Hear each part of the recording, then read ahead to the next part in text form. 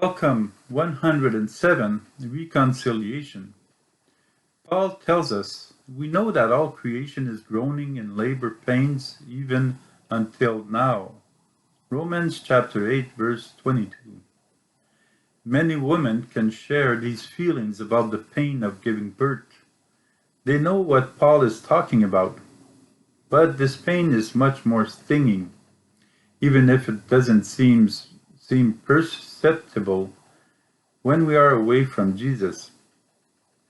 Sin in us is stubborn and constantly assails us, but we are invited to return to awareness and accept healing so that we may live happily and unite in God.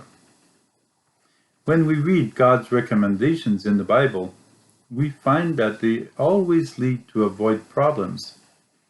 The Bible is full of examples. Yet it's necessary not to twist, to bend the good to the point of thinking that it's wrong, and to not sublimate evil and think to succeed in transforming it into a good deed. Let's face it, a person who doesn't know that he's doing wrong is getting trapped. But a person who likes to live peacefully when evil comes does everything possible to avoid it, circumvent it, or ideally, as soon as possible, ask Jesus to help him pass by it. Let's read. Wash yourselves clean. Put away your misdeeds from before my eyes. Cease doing evil. Isaiah chapter 1 verse 16. We often give our faults, our sins to Jesus, and we know the good he brings us and the healing that follows. We give it to him because we trust him. God purifies, then consoles us beyond our expectations. Every time we confess, Jesus' precious blood washes us, cleanses us. He makes the hurting part of our confession white as snow. It provides well-being.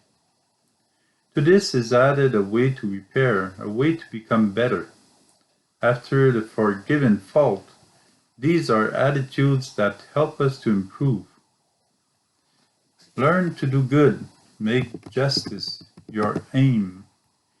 Redress the wronged, hear the orphan's plea, defend the widow. Isaiah chapter 1 verse 17. We tend to move away from God, and that is evil, and ultimately we hurt ourselves. It requires discernment to fully understand the difference between what is really bad or good.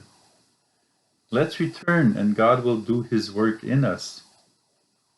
Getting people to become truthful could be disastrous.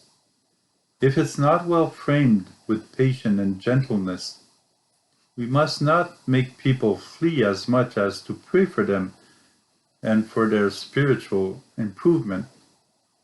We hope they'll find themselves in the grace of God. God will do his work in them.